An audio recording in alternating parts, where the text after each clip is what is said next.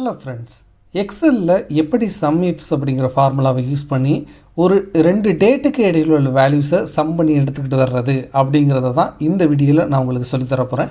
So நீங்கள் ஒரு dashboard create பண்ணுறீங்க அப்படின்னா கண்டிப்பாக இந்த மெத்தட் உங்களுக்கு தெரிஞ்சிருக்கணும். அப்போ தான் உங்களால் ஒரு எக்ஸலில் டேஷ்போர்டே க்ரியேட் பண்ண முடியும். ஸோ இந்த சிம்பிள் ஃபார்முலாவை யூஸ் பண்ணி தான் நான் இதை செஞ்சுருக்கேன். ஸோ இப்போது நான் உங்களுக்கு இதை ஒரு டெமோவாக செஞ்சு காட்டுறேன். ஸோ உங்களுக்கே இதை எப்படி யூஸ் பண்ணணும் அப்படிங்கிறது புரியும்.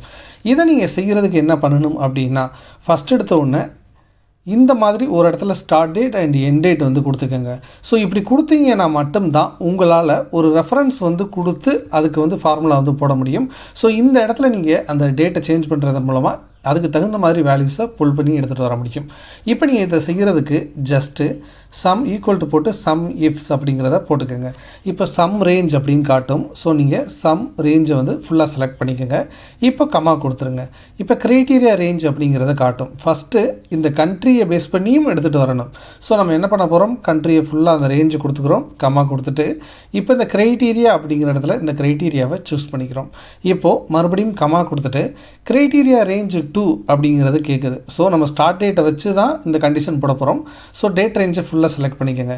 இப்போ கமா கொடுத்துட்டு இந்த இடத்துல தான் ஒரு ட்ரிக்கியை யூஸ் பண்ண போகிறோம். ஸோ இப்போ நீங்கள் என்ன பண்ணணும் அப்படின்னா, இந்த ஒரு இனிஷியல் ஸ்டேஜில் உள்ள டேட்டை கொடுக்குறதுக்கு நீங்கள் டபுள் கோட்ஸ் போட்டுக்கோங்க. Greater than or equal to போடுங்க.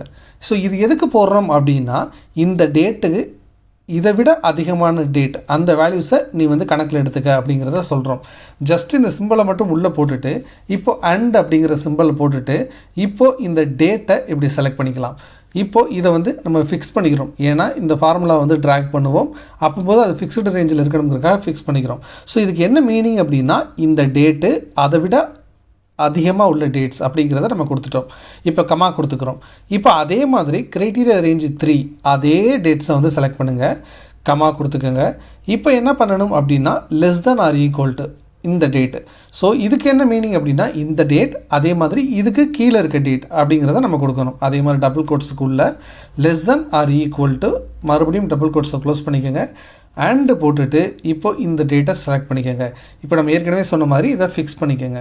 இப்போ இதை க்ளோஸ் பண்ணிடுங்க. இப்போ என்ன நடக்கும் அப்படின்னா, யூஎஸ்ஏல அதாவது ஜான் 1லேருந்து ஜான் 10 வரைக்கும் எவ்வளவு சேல்ஸ் நடந்திருக்கு அப்படிங்கிற வேல்யூவை இங்கே புல் பண்ணி எடுத்துகிட்டு வந்துடும். ஃபார் எக்ஸாம்பிள் நீங்கள் வேணால் பாருங்கள், யூஎஸ்ஏ இங்கே இருக்குது, அதே மாதிரி 2 இடத்துல தான் இருக்குது. இப்போ இதையும் நீங்கள் மைனஸ் பண்ணிங்கன்னா உங்களுக்கு 3700 வருது. ஸோ கரெக்டாக வந்துருச்சா? இப்போ இந்த ஃபார்முலாவை நீங்கள் ஜஸ்ட் இப்படி ட்ராக் பண்ணிங்கன்னா போதும், ஒவ்வொரு கண்ட்ரியும் இந்த பர்டிகுலர் டேட் ரேஞ்சுக்குள்ளே எவ்வளவு சேல்ஸ் ஆகிருக்கு அப்படிங்கிற அவுட்புட் வந்துருச்சு. ஸோ இதோட சின்டெக்ஸ் இங்கே இருக்குது உங்களுடைய ரெஃபரன்ஸுக்கு. ஸோ இப்போ பாருங்கள், நம்ம இங்கே இந்த டேட் ரேஞ்சை மாற்றலாம். ஃபார் எக்ஸாம்பிள் இப்போ 10க்கு பதிலாக 5 அப்படிங்கிறத கொடுக்குறேன். ஸோ அதுக்கு தகுந்த மாதிரி இந்த வேல்யூஸ் எல்லாமே புல் பண்ணிட்டு வந்திருக்கதை நீங்கள் பார்த்துக்க முடியும். ஸோ இப்படி நீங்கள் யூஸ் பண்ணிங்க அப்படின்னா 2 டேட் ரேஞ்சுக்கு இடையில் உள்ள வேல்யூஸை சம் இஃப்ஸ் ஃபார்முலாவை யூஸ் பண்ணி ரொம்ப ஈஸியாக உங்களால் புல் பண்ணி எடுத்துகிட்டு வர முடியும்.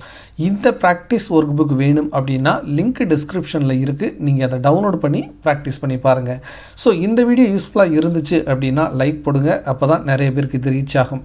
இந்த மாதிரி யூஸ்ஃபுல்லான வீடியோஸை நிறைய பார்க்குறதுக்கு நம்ம சேனலை சப்ஸ்கிரைப் பண்ணி இணைந்தீர்கள். இது எக்ஸல் குரு தமிழ்.